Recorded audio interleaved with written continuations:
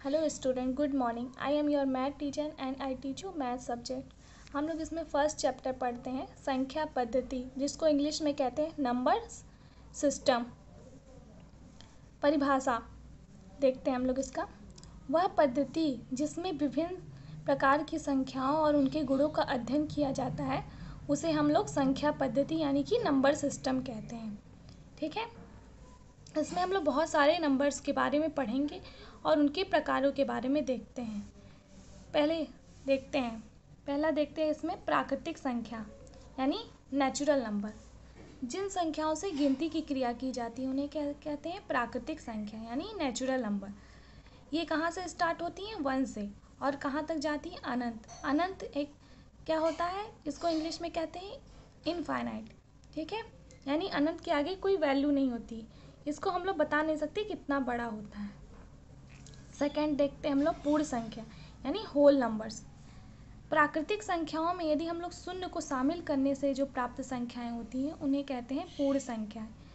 ठीक है, हमें प्राकृतिक संख्या कहाँ से मिली थी? 1 से। ठीक है, इन संख्याओं में यदि हम लोग 0 को शामिल कर ले तो हमें कौन सी संख्या मिलेगी? पूर्ण संख्या यानी होल नंबर। सबसे छोटी होल नंबर कौन सी होती है? 0 होती है, और ये भी कहाँ तक जाती है? अनंत तक। नेक्स्ट, पूर्णांक संख्या यानी इंटीजर्स नंबर। जब पूर्ण संख्याओं को धनात्मक और ऋणात्मक चिन्हों के द्वारा सरल रेखा पर प्रदर्शित करते हैं तो उन्हें हम लोग पूर्ण संख्याएं कहते हैं यानी इंटीजर्स कहते हैं। ठीक है, यहाँ पे देखिए सरल रेखा पे हम प्रदर्शित किए हैं। शून्य जो होता है इन धनात्मक और ऋणात्मक के बीच में होता है। शून्य के दाएं तरफ हमें पॉजिटिव नंबर्स मिलते हैं यानी धनात्मक संख्याएं, और बाएं तरफ ऋणात्मक संख्याएं। ठीक है, यानी निगेटिव नंबर्स। जो धनात्मक संख्या होती हैं वो धनात्मक अनंत तक होती हैं और ऋणात्मक संख्याएं ऋणात्मक अनंत तक होती हैं। और 0 जो आपका होता है ये ना तो पॉजिटिव होता है ना तो निगेटिव, यानी नॉन पॉजिटिव नॉन निगेटिव। 4, परिमेय संख्याएं यानी रैशनल नंबर। वे संख्याएं जिन्हें p/q के रूप में व्यक्त किया जाता है उन्हें परिमेय संख्याएं कहते हैं। जहाँ पे p और q कैसी संख्या होती हैं? एक प्रकार की पूर्णांक संख्या होती हैं। यानी पूर्णांक संख्या अभी हम जस्ट पढ़े हैं, यानी 0 भी होती हैं, प्लस भी होती हैं, माइनस भी होती हैं। ठीक है, तो क्या होती हैं परिमेय संख्याएं? क्या हो सकती हैं? p/q क्या है? पूर्णांक संख्या, यानी प्लस भी हो सकती है, माइनस भी हो सकती है, 0 भी हो सकती है। बट एक कंडीशन है इसमें कि q जो होता है वो 0 नहीं होना चाहिए, कि q जो है वो 0 नहीं होना चाहिए।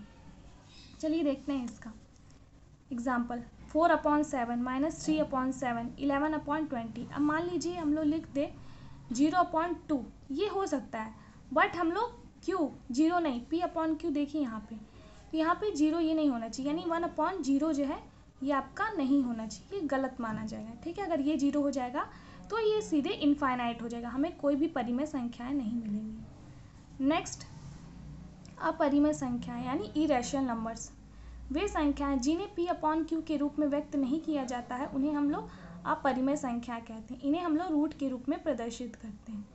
देखते हैं, जैसे √10, 2/√7, 2/√3, ये भी अनंत तक होती हैं। ठीक है, ये सब अपरिमेय संख्या है। मान लीजिए हम लोग ले रहे हैं 4 = इसका जो वर्ग निकालते कितना होता है? 2।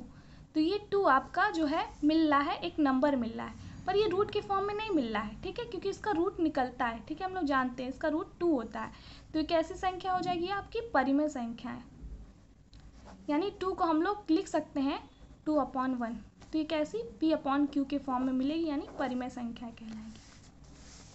नेक्स्ट, वास्तविक संख्या यानी रियल नंबर। परिमेय तथा अपरिमेय संख्याओं को सम्मिलित रूप से हम लोग वास्तविक संख्याएं कहते हैं। ठीक है, परिमेय संख्याएं यानी 3/4 और अपरिमेय संख्याएं √5 हो गई। ठीक है, ये सारी कैसी संख्या हो गई? वास्तविक संख्या, यानी परिमेय तथा अपरिमेय संख्याओं को। हम लोग एक क्वेश्चन देखते हैं। इसमें क्वेश्चन लिखा है 3 और 4 के बीच 6 परिमेय संख्याएं ज्ञात कीजिए। ठीक है, हम लोग को कितनी परिमेय संख्याएं ज्ञात करनी है? 6। 6 ज्ञात करने के लिए हम लोग 6 में 1 जोड़ देते हैं। ठीक है, 1 जोड़ेंगे कितना मिलेगा? 7। ठीक है, इस 7 से हम लोग को किनके बीच संख्या ज्ञात करनी? 3 और 4 के बीच। इस 7 से 3 और 4 में गुणा व भाग देते हैं। तो 3 से 7 में हम लोग गुणा व भाग देते हैं। देखते हैं, 3 × 7 = 21 और फिर भाग देते हैं 7 हो जाएगा, यानी 21/7। फिर 4 में करते हैं तो आपको मिलेगा 28/7, ठीक है। फिर इन दोनों के बीच की जो संख्याएं होती हैं वही हम लोग को मिलेंगी 3 और 4 के बीच 6 परिमेय संख्याएं। देखिए यहाँ पे प्रदर्शित की हैं 21/7 से 28/7 के बीच की संख्या। ये सारी संख्याएं हम लोग को मिल रही हैं 6 परिमेय संख्याएं 3 और 4 के बीच, यानी 22/7, 23/7, 24/7, 25/7, 26/7 और 27/7, ठीक है। Okay, class is over.